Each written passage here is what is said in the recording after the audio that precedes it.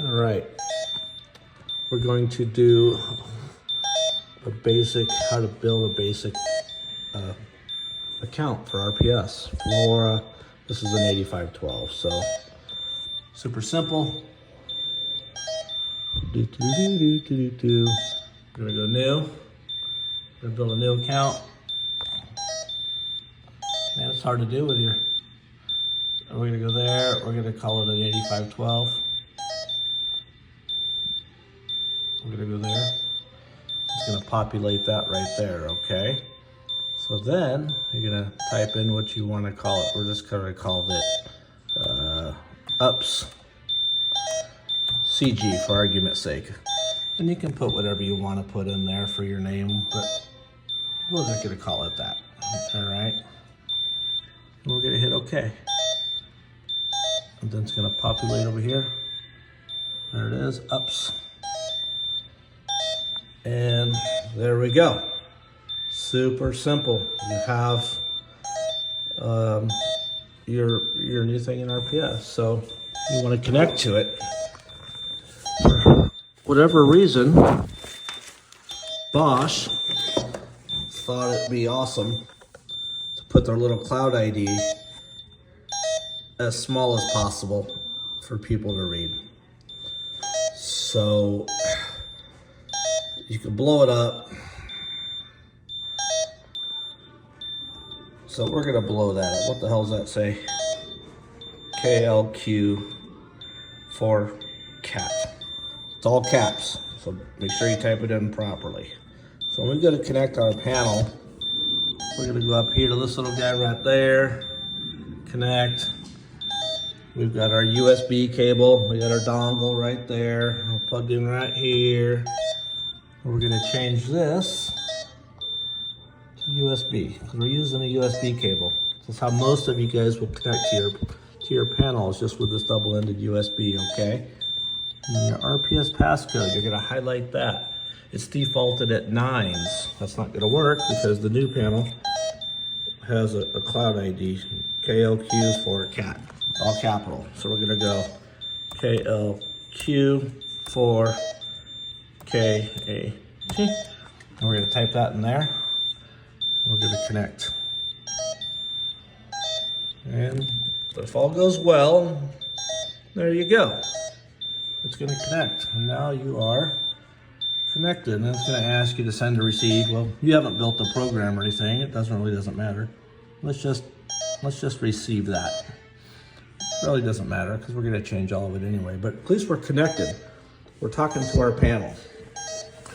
So if you're new and you're trying to get your panel going, you're gonna hook up your keypad. You're doing a panel swap, and you just landed your keypad on an SDI bus here. You're thinking, man, it should work, but it's sitting here beeping and it's giving me this. Okay, it's because all these SDI2s, all these devices, they have to go right here. All right, they have to go there. But what somebody doesn't tell you is you can change this guy, SDI1. You can change that. I think it's under area option. No, panel wide. Parameters, miscellaneous. I think it's in there somewhere. I'll find it. Give me a minute. Legacy. Ground fault. Nope. Legacy protocol. All right, it's right there. Okay. We're gonna change that to SDI2 protocol. Okay, we're gonna change that. We're gonna save it. And just for argument, to save time on this video, we're just gonna send that down real quick. And we're gonna send. That's the only thing we've changed. But watch what's gonna happen here in a minute. You're gonna see that guy go, hey, wait a second. Ta-da. So now, SDI1 and SDI2, they're both on SDI2 protocol. And basically, why they did this, just so you know, if you're working on all the old Bosch panels, radionics panels we called them, they all use that other legacy. So the new panels will do both. So unless you're running any of the old, like a B600 converter or any of that good stuff, you could make this an SDI2 and then you could put, you know, SDI2 stuff on it. So that's how you do that. That way you don't end up with, you know, 5 keypad wires stuck under here or whatever you're trying to do. So you can just convert that, because odds are you're not going to use that that SDI1 stuff anymore. If you are, that's entirely different. We can go over that another time. But that will, at least when you plug it in, you hook up your keypad and you're wondering why it doesn't work, just make sure you've got that converted. So that'll get you connected. Get your keypad working on this bus.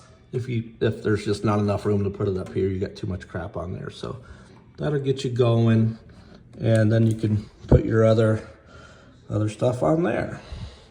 So that's how you connect to these things, and that's how you make it work. Usually a lot of people will just go in their RPS parameters at the cloud ID. For the most part, not a lot of people are using the cloud. Some of the bigger companies use it, but you could just change that to 1, 2, 3, 4, 5, 6. All 9s has been default for years. You could change that. We could just send that down. We'll just go up here. Oh, yes, I know. We'll save it. That's what happens. I know. I gotta save it. Boom. And we're just gonna send that stuff down. So now we've changed that stupid RPS passcode. Before you change that, make sure the company you're doing the job for, they're not using that cloud ID for some other connectivity, okay? But if you're just using it for your local stuff, you could change the password wherever you want. 9 seems to be the kind of the default, so I'm just doing that for this video. But that'll get you connected and up and going. It's real simple. And that'll at least help you with an extra terminal to use for that. So there you go.